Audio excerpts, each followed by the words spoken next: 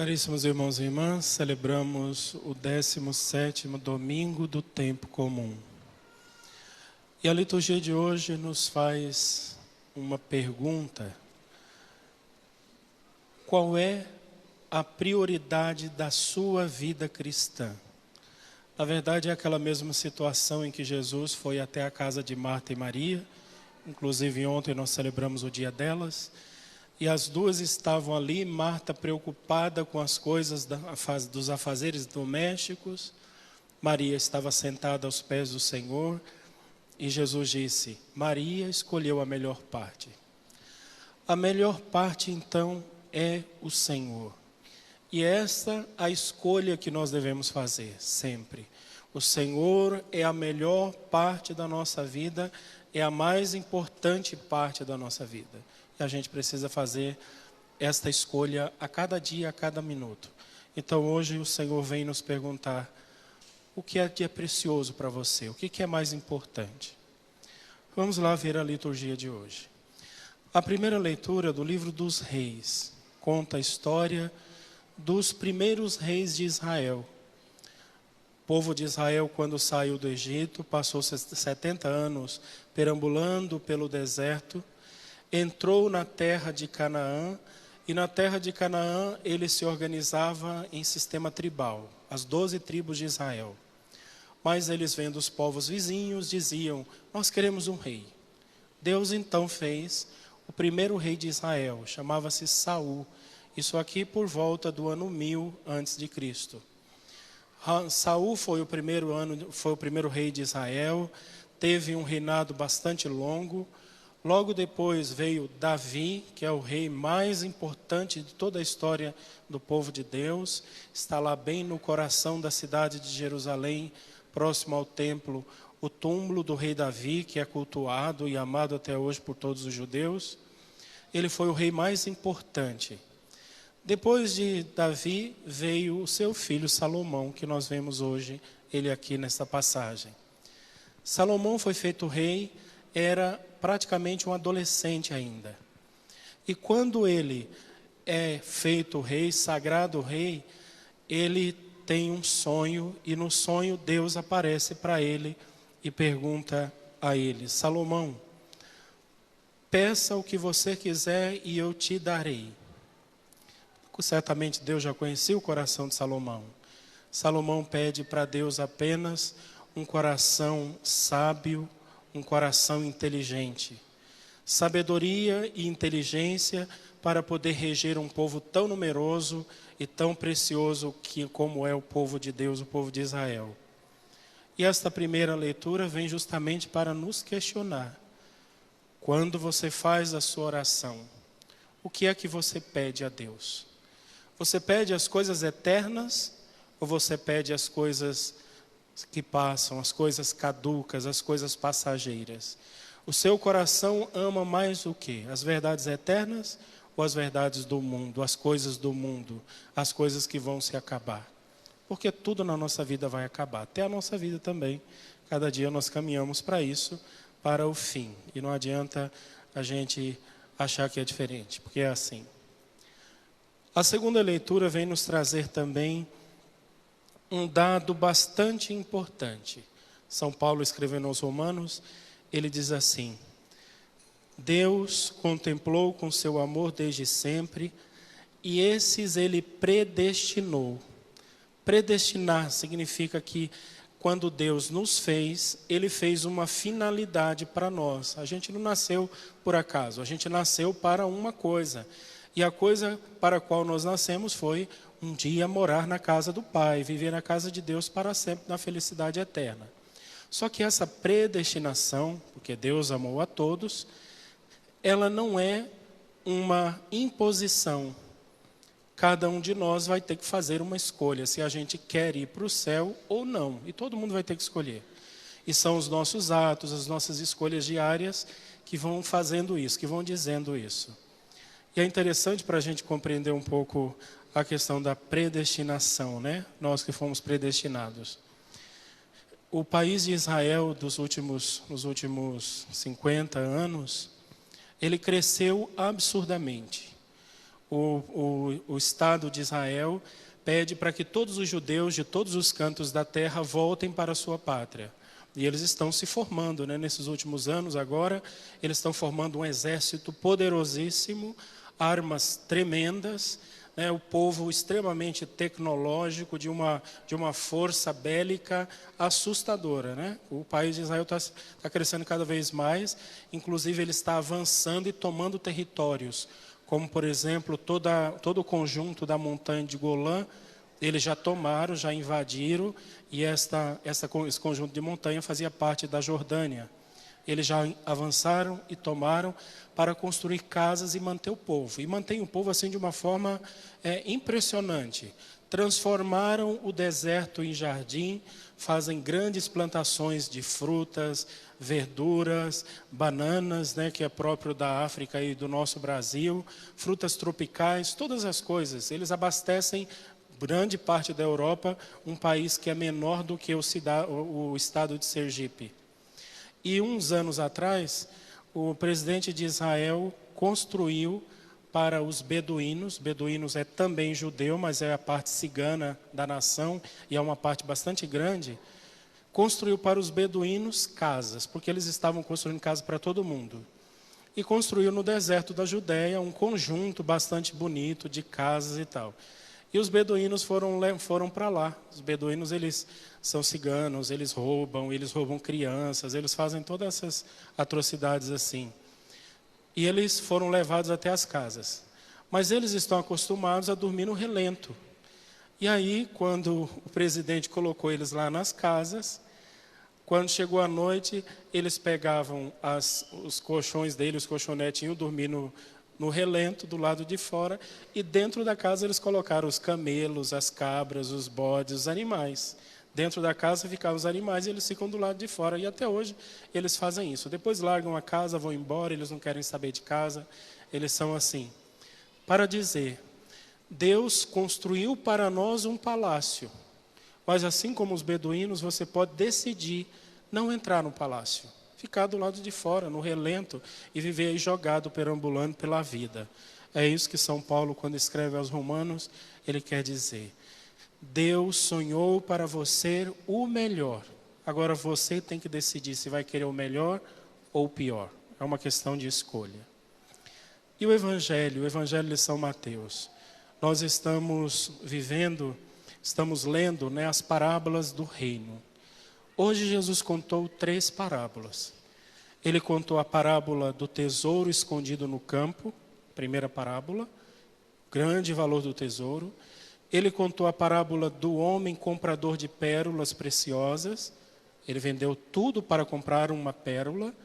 E depois a parábola da rede que é jogada ao mar, lançada ao mar, que pega todo tipo de peixes. E aqui, esta última parábola fala justamente sobre o juízo final. Todos nós passaremos pelo juízo final. Os justos serão levados para Deus. Os homens maus, como diz o Evangelho aqui, será jogado no fogo que não se apaga. É assim. Então, as parábolas do reino. E tem uns detalhes bastante importantes nas parábolas, né? Não dá para explicar todas elas. Mas a primeira parábola. O reino dos céus é como um tesouro escondido no campo. Um homem o encontra e o mantém escondido. Esse texto aqui é bastante interessante, que quando São Francisco de Assis foi preso, ele era jovem, um rapaz rico, de família rica, era vaidoso, gostava de festas, de bebedeira, de farra com os amigos, até que quando ele completa ali os seus 17, 18 anos, ele decide ir para a guerra.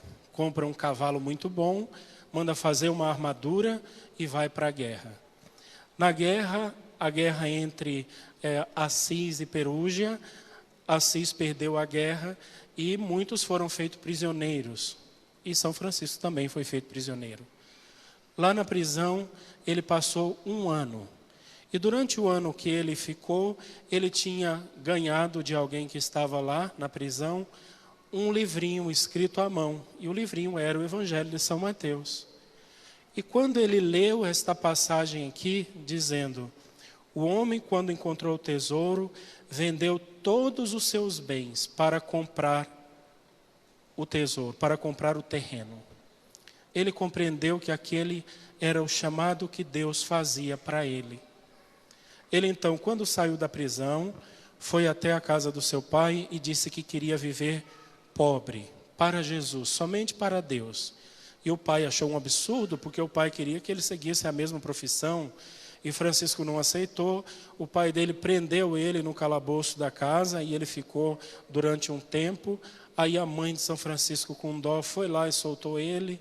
Ele saiu, foi para a rua, vestiu-se de saco e passou a ser mendigo.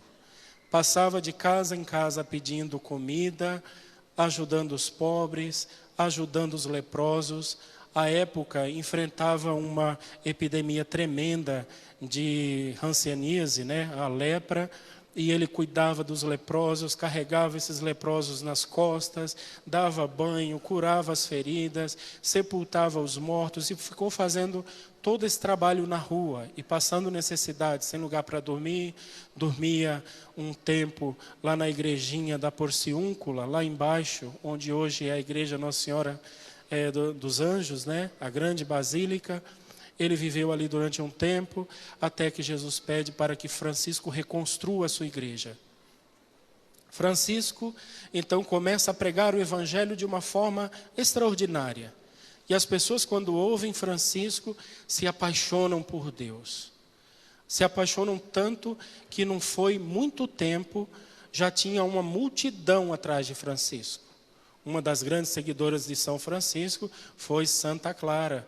Santa Clara, jovem, bela de Assis, ela era 11 anos mais nova do que Francisco. Um dia viu Francisco passando e pregando, e ela imediatamente disse: eu quero ser igual Francisco, eu quero seguir a pobreza, quero ser a dama da pobreza. O pai não deixou. Clara também fugiu de casa, se tornou pobre, e nós conhecemos aí um pouco a história destes grandes santos. Mas Francisco, ele passa por momentos de muito sofrimento. Ele foi rejeitado pelos pais, foi rejeitado pelos amigos. Logo depois ele começa a adoecer também, ele contrai a lepra, começa a sofrer as consequências da lepra. Cai os dedos de Francisco, os dedos dos pés, cheio de feridas. Depois ele fica cego, os olhos são cauterizados por causa da lepra. Ele não conseguia mais andar. Para carregar Francisco, um dos monges, que inclusive morreu de lepra também, carregava Francisco nas costas, para lá e para cá, para poder transportar o pobre de Assis. E perguntavam: Francisco, por que você faz tudo isso? Ele diz: porque este é o trabalho que eu devo fazer para comprar o tesouro escondido no campo.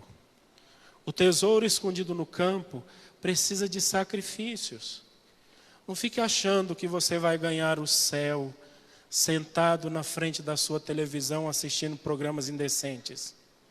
Não fique achando que você vai ganhar o reino dos céus se o único objetivo da sua vida é ficar de bar em bar, de mesa em mesa, de cama em cama. Não fique achando que você vai ganhar o reino dos céus se não aprender a amar, se não aprender a perdoar, se não aprender a se esconder. Fica achando que você vai ganhar o reino dos céus, você querendo ser a estrela mais importante do universo. Não fica achando isso. Muito pelo contrário. O reino dos céus é necessário um trabalho valoroso. O trabalho de Clara, o trabalho de Francisco, o trabalho de Antônio, de Teresinha, de tantos santos. E todos nós precisamos entrar nesse árduo trabalho. A igreja nos ensina através de uma série de práticas, como a confissão frequente, os jejuns, as orações, todas as coisas, ela nos ensina. Mas você tem que aprender o seu caminho, assim como Francisco. E para terminar, um dado importante a respeito desta parábola do tesouro. O reino dos céus é como um tesouro escondido no campo. Um homem o encontra e o mantém escondido. Cheio de alegria, ele vai, vende todos os seus bens e compra aquele campo. Esta parábola ela também falava de Jesus.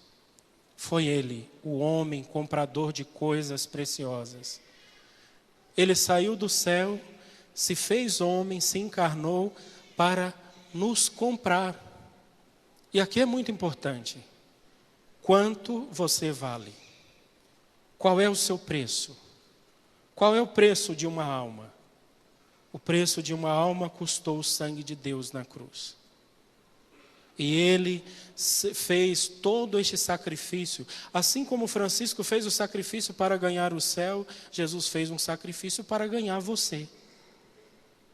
Isso aqui é muito importante, tome muito cuidado. Porque se você não sabe o seu valor, Deus sabe, mas o diabo sabe também. E vai fazer de tudo para te arrancar das mãos de Deus. Somos uma pérola preciosa, temos um valor que só Deus sabe medir, mas é preciso que a gente encontre isso, não através dos nossos olhos humanos, mas através dos olhos de Deus. Um Deus que vem ao nosso encontro e nós que precisamos ir. Ele é muito mais precioso do que nós. E a gente precisa encontrar o valor de Deus, porque senão perderemos a nossa vida que achamos preciosa só para nós, perdemos o céu, perdemos a eternidade, perdemos tudo. Você vale muito para ser jogado no lixo do inferno. Cuidado.